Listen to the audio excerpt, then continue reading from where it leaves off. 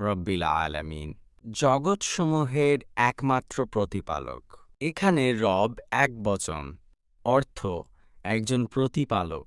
আলামিন হল বহুবচন, অর্থ জগৎসমূহ। রব্বিল আলামিন অর্থ জগৎসমূহের একমাত্র প্রতিপালক। এতে একত্ববাদের সাক্ষ্য সুস্পষ্ট হয়ে ওঠে।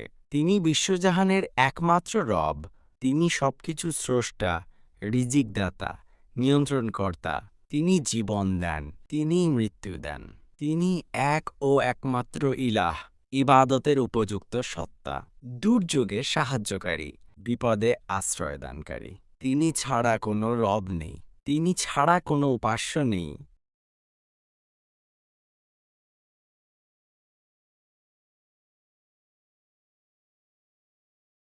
আর রহমানির রহিম, যিনি নিতান্ত মেহেরবান ও দয়ালু। এই বাক্যটি বলা বিশেষ একটি ইবাদত। আল্লাহর অসীম দয়া ও করুণার বর্ণনা এটি। তার দয়া সকল মাখলুকের উপর ব্যাপ্ত। গোটা দুনিয়ার প্রতিটি বস্তু তার অনুগ্রহ ও রহমতের উপরে টিকে আছে।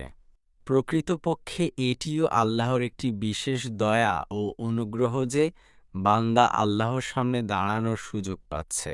হাদিসে এসেছে, আল্লাহ প্রতি রাতে জিব্রাইল আলাইহিসসালামকে বলেন, অমুককে সলাতের জন্য জাগিয়ে দাও, অমুককে ঘুম পাড়িয়ে রাখো।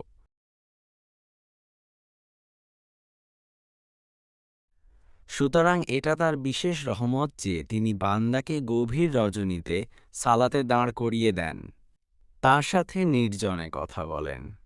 বান্দা তখন অনুনয় বিনয় করে, দয়া প্রার্থনা করে, তাকে ডাকে, তার কাছে হিদায়েত ও রহমত কামনা করে। দুনিয়া ও আখিরাতে এমন বান্দাদের উপর তার নিয়ামত পরিপূর্ণ। এই বিশেষ রহমত থেকে যারা দূরে রয়েছে তারা সত্যিই বঞ্চিত।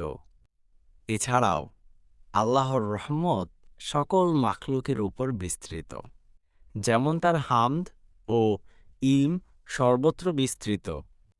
রব্বানা ওয়াসিআত কুল্লা শাইইন রাহমাতাও ওয়া ইলমা। হে আমাদের পালনকর্তা, আপনার রহমত ও জ্ঞান সবকিছুতে পরিব্যাপ্ত।